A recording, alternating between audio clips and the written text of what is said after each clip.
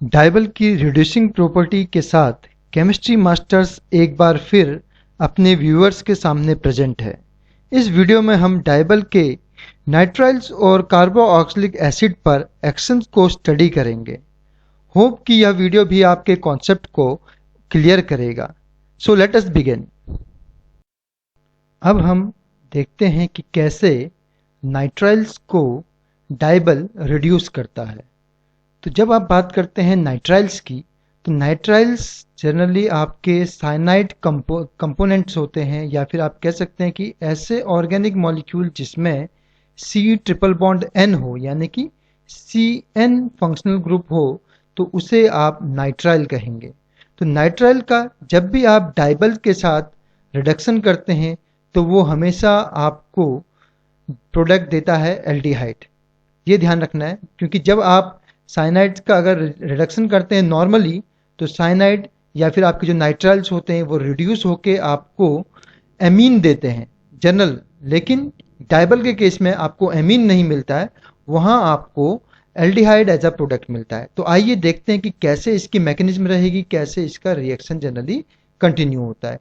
तो reaction process या फिर मैकेनिज्म प्रोसेस बिल्कुल वैसा ही है जैसे अभी तक आपने एस्टर के केस में देखा हुआ है या फिर एल्डिहाइड कीटोन के केस में देखा हुआ है। सेम प्रोसेस फॉलो होगा यहाँ भी। तो सबसे पहले आप नाइट्राइल लेंगे। नाइट्राइल में अगर आप देखें तो कार्बन और नाइट्रोजन के बीच में इलेक्ट्रोनेगेटिविटी डिफरेंस होता है, और नाइट्रोजन आप जानते हैं कि ये एक बहुत अच्छा बेसिक स्ट्रक्चर होता है। बेसिक स्ट्रक्चर कहने का मतलब है कि ये बेस की तरह बिहेव करता है, यानी कि ये अपने lone pair of electron donate कर सकता है, यानी कि आप ये कह सकते हैं एक न्यूक्लियोफाइल की तरह ये एक्ट करता है। तो ये अपने इलेक्ट्रॉन, जो लोन पेयर ऑफ इलेक्ट्रॉन यहाँ पे नाइट्रोजन के पास है, वो lone pair of electron nitrogen अपने डोनेट करता है डाइबल के एल्यूमिनियम पे। अगर एल्यूमिनियम देखें, क्योंकि वो मेटल है, तो मेटल होने की वजह से आप जानते हैं कि वो इलेक्ट्रॉन एक्सेप्ट कर सकता है अपने वैकेंट ऑर्बिटल्स में। तो नाइट्रोजन यहाँ अपने इलेक्ट्रॉन या फिर lone pair of electron donate करता है एल्यूमिनियम को, और इन टर्न आपका एल्यूमिनियम और हाइड्रोजन का जो बॉन्ड है यहाँ पे, ये बॉन्ड एल्यूमिनियम और हाइड्रोजन का, ये ब्रेक हो जाता है हाइड्रोजन की तरफ को, यानी कि H नेगेटिव के फॉर्म में यहाँ से अलग हो जाता है, और नाइट्रोजन और एल्यूमिनियम के बीच में बॉन्ड बन जाता है।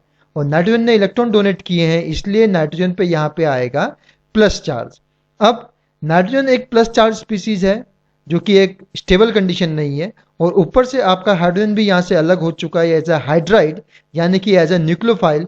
तो अब उसका एक्शन होता है। तो अगर आप देखें तो कार्बन और नाइट्रोजन के बीच में इलेक्ट्रोनेगेटिविटी डिफरेंस है, और कार्बन आप जानते हैं कि यहाँ पे इलेक्ट्रोपॉजिटिव स्पीसीज की तरह होता है या फिर इलेक्ट्रॉन डेफिशिएंट सेंटर की तरह होता है। इसलिए ये हाइड्रोजन जो यहाँ पे अलग हुआ है, या हाइड्राइड जो अलग हुआ है, ये हाइड्राइड आपका एक्ट करता है यहाँ एक न्यूक्लियोफाइल की तरह, और वो अटैक करता है कार्बन पे। और जैसे ही कार्बन पे अटैक करेगा, कार्बन और नाइट्रोजन का जो बॉन्ड होता है, यहाँ पे ट्रिपल बॉन्ड जो दिखाया है, वो पाई बॉन्ड आपका नाइट्रोजन की तरफ ब्रेक हो जाएगा। कुछ इस तरह से इसमें एक्शन होता है। तो हाइड्राइड अपने इलेक्ट्रॉन डोनेट करता है कार्बन पे, कार्बन और नाइट्रोजन के बीच का जो ट्रिपल बॉन्ड है वो ब्रेक हो जाता है नाइट्रोजन की तरफ को। तो जैसे बॉन्ड ब्रेक हुआ नाइट्रोजन की तरफ, तो कार्बन पे आएगा प्लस चार्ज, जिससे कि हाइड्रोजन जुड़ जाएगा। नाइट्रोजन पे आएगा नेगेटिव चार्ज, जो कि पहले से जो प्लस चार्ज यहाँ पे प्रेजेंट है उसके साथ जुड़ के नाइट्रोजन को न्यूट्रल कर देगा। कुछ इस तरह से आपको एक I mean as a intermediate product मिलेगा। इमीन अब जो यहाँ पे मिला है वो क्या करता है, वाटर के साथ रिएक्ट करता है। तो वाटर में आप जानते ही HOH के फॉर्म में हमने लिखा है। तो यहाँ पे जो ऑक्सीजन है उसके बाद लोन पेयर ऑफ इलेक्ट्रॉन है, तो यहाँ पे ऑक्सीजन क्या करता है, फिर से इलेक्ट्रॉन डेफिशिएंट सेंटर यानी कि कार्बन पे अटैक करता है। कार्बन पे अटैक करेगा, जैसे कार्बन पे अटैक करेगा तो ऑक्सीजन और कार्बन के बीच में बॉन्ड बन जाएगा, और यहाँ पर कार्बन और नाइट्रोजन के बीच का बॉन्ड ब्रेक हो जाता है नाइट्रोजन की तरफ को। तो यहाँ पर क्या जनरली होता है कि आप कह सकते हैं कि OH जाके अटैच हो जाता है कार्बन पे, क्योंकि यहाँ पे कार्बन प्लस है। OH में ये OH as a negative species होगा, और H यहाँ एज ए प्लस स्पीसीज होगा। तो OH जुड़ेगा कार्बन पे, और नाइट्रोजन पे जुड़ जाएगा हाइड्रोजन। तो इस तरह से आपके पास स्पीसीज बनेगी जिसमें कार्बन पे OH और नाइट्रोजन पे यहाँ पे हाइड्रोजन जुड़ा हुआ है। इसके अगले स्टेप में अगर आप क्या कर सकते हैं, अगर ये अपने लोन पेयर इलेक्ट्रॉन यहाँ डोनेट कर देता है इस पोजिशन पे, और यहाँ से बॉन्ड अगर नाइट्रोजन का ब्रेक हो जाता है नाइट्रोजन की तरफ को, यानी कार्बन और नाइट्रोजन का बॉन्ड ब्रेक हो जाता है अगर नाइट्रोजन की तरफ को, तो जैसे ये यहाँ को ब्रेक होता है तो कार्बन और ऑक्सीजन के बीच में डबल बॉन्ड बन जाएगा, क्योंकि कार्बन पे जो आएगा प्लस चार्ज आएगा नाइट्रोजन के साथ बॉन्ड ब्रेक होने पे, और ये अपने लोन पेयर इलेक्ट्रॉन डोनेट कर रहा है, तो यहाँ पे बॉन्ड बन जाएगा। उसी कंडीशन में आप यहाँ से हाइड्रोजन हटा के अगर NH2 पे जोड़ देते हैं तो आपके पास एल्डिहाइड एज अ प्रोडक्ट बनेगा। तो आपने देखा कि जब डाइबल के साथ आप रिएक्ट करते हैं आप नाइट्राइल्स को, तो नाइट्राइल वहां पे आपको एल्डिहाइड देता है वाटर के साथ या फिर पोलर सॉल्वेंट के साथ रिएक्ट करने के बाद। अब एल्डिहाइड के रिएक्शन हम अपने पिछले वीडियो यानी कि डाइबल के फर्स्ट एपिसोड में देख चुके हैं कि अगर आप के पास एल्डिहाइड हो तो डाइबल के साथ उसको रिएक्ट करके आप इजीली उसे चेंज कर सकते हैं अल्कोहल्स में। तो ये रिएक्शन हम पहले भी देख चुके हैं, तो इसे आप समझने के लिए या इसका मैकेनिज्म समझने के लिए आप हमारे पिछले वीडियोस को देख सकते हैं। अब इसी तरह हम देखेंगे कि अगर आपके पास कार्बोक्सिलिक एसिड हो, अगर आपके पास कार्बोक्सिलिक एसिड हो और अगर आप उसे डाइबल से रिएक्ट करा रहे हैं, डाइबल से रिएक्ट करा रहे हैं और डाइबल से रिएक्ट कराने के बाद कार्बोक्सिलिक एसिड आपको क्या प्रोडक्ट देता है। तो अगर हम देखें तो कार्बोक्सिलिक एसिड जब भी डाइबल से रिएक्ट करेगा, रिड्यूसिंग एजेंट डाइबल रहेगा, तो उस कंडीशन में आपके पास यहाँ पे प्रोडक्ट बनेगा एल्डिहाइड। यहाँ पे फिर ध्यान देना है आपने, अगर इसकी जगह बोरेन होता या लिथियम एल्यूमिनियम हाइड्राइड होता तो वो डायरेक्टली यहाँ पे आपको अल्कोहल या फिर primary alcohol as a product देते। तो अब देखते हैं कि कैसे मैकेनिज्म चलेगी और कैसे आपकी रिएक्शन एल्डिहाइड पे रुकेगी। तो फिर से अगर आप देखें तो मैकेनिज्म यहाँ पे भी प्रोसेस नियरली सेम होता है जैसे आपने बोरेन या फिर लिथियम एल्यूमिनियम हाइड्राइड के केस में पढ़ा हुआ है।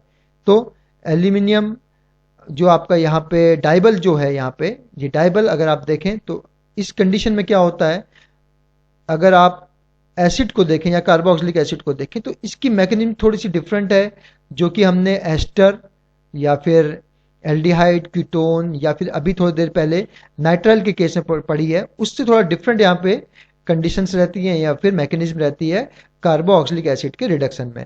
तो कार्बोक्सिलिक एसिड के रिडक्शन के केस में जनरली होता क्या है, हम जानते हैं कि जो यहाँ पे OH में जो ये हाइड्रोजन है ये एसिडिक हाइड्रोजन होता है, यानी कि ये इजीली लॉस हो सकता है क्योंकि जो आपका एसिड होता है उसमें जनरली ये दो ऑक्सीजन जो हैं ये साइमल्टेनियसली और या फिर आप कह सकते हैं कि ये रेजोनेंस में एक दूसरे के साथ रहते हैं, इसलिए ये हाइड्रोजन इजीली यहाँ से लॉस हो सकता है।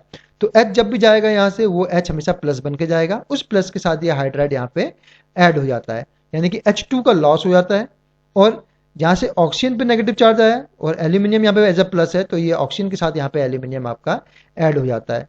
तो ये दो स्पीसीज यहाँ पे ऐड हुई है जिसको हमने इस तरह से दिखाया हुआ है, यानी कि जो आपका आइसोब्यूटाइल स्ट्रक्चर है, हमने यहाँ पे ब्रैकेट में 2 लिखा है, इसका मतलब एल्यूमिनियम के साथ 2 आइसोब्यूटाइल स्ट्रक्चर यहाँ पे एडेड है। अब अगले स्टेप में क्या होता है, आपका अगला जो डाइबल स्ट्रक्चर है वो डाइबल स्ट्रक्चर अटैक करता है, तो वो या फिर रिएक्ट करता है आप कह सकते हैं। तो यहाँ पे अगर आप देखें तो ऑक्सीजन पे जो लोन पेयर ऑफ इलेक्ट्रॉन है वो ये रिएक्ट करेंगे या ऑक्सीजन अपने लोन पेयर ऑफ इलेक्ट्रॉन यहाँ पे डोनेट करेगा और एल्यूमिनियम पे डोनेट करेगा। जैसे एल्यूमिनियम पे डोनेट करेगा यहाँ से हाइड्राइड निकल जाएगा और एल्यूमिनियम और ऑक्सीजन के बीच में बॉन्ड बन जाएगा और ऑक्सीजन ने इलेक्ट्रॉन डोनेट किए हैं इसलिए ऑक्सीजन पे आएगा प्लस चार्ज। तो अगर आप देखें यहाँ पे एक डाई अडेक्ट सा स्ट्रक्चर बनता है, यानी कि 2 एल्यूमिनियम जो आपके स्ट्रक्चर्स हैं या 2 डाइबल स्ट्रक्चर यहाँ पे आके एड ऑन हो जा रहे हैं आपके कार्बोक्सिलिक एसिड पे।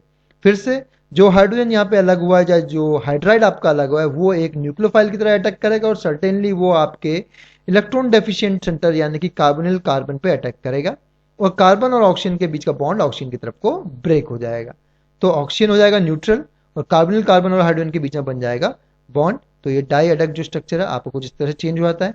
इसके बाद आपका जो प्रोडक्ट है वो चेंज हुआ है एल्डिहाइड। ऑक्सीजन और जो एल्यूमिनियम है इन दोनों के बीच का जो बॉन्ड है वो ब्रेक होता है ऑक्सीजन की तरफ को, क्योंकि ऑक्सीजन ज्यादा इलेक्ट्रोनेगेटिव है, और यहाँ पर जो आपका कार्बन और जो एक ऑक्सीजन है इन दोनों के बीच का बॉन्ड ब्रेक होता है ऑक्सीजन की तरफ को। तो जैसे ये बॉन्ड ब्रेक हुआ तो आपके पास मिल गया एल्डिहाइड यहाँ पे एज अ प्रोडक्ट। और यहाँ पे एक चीज और ध्यान रखना है कि आपको सॉल्वेंट आपने यूज किया हुआ है तो सॉल्वेंट की प्रेजेंस में रिएक्शन होगी, तो यहाँ पे जो आपका एल्डिहाइड बनेगा पहली चीज, और इस Al के साथ एक हाइड्रोजन ऐड हो जाएगा यहाँ से, जो Al यहाँ से Al के साथ हाइड्रोजन नहीं यानी कि OH ऐड होगा, Al के साथ यहाँ पे OH ऐड हो जाएगा वाटर का, और जो यहाँ पे से ऑक्सीजन के साथ या OAl2 जो स्ट्रक्चर है इसके साथ आपका हाइड्रोजन आके ऐड हो जाएगा। अब आप जानते हैं कि एल्डिहाइड आपका मिल गया है कार्बोक्सिलिक एसिड से। अब कार्बोक्सिलिक एसिड से आपने जब एल्डिहाइड प्रोड्यूस किया है तो आप जानते हैं कि एल्डिहाइड को बहुत ईजिली आप चेंज कर सकते हैं अपने दूसरे प्रोडक्ट यानी कि इसे डाइबल के साथ रिड्यूस करके आप अल्कोहल में चेंज कर सकते हैं।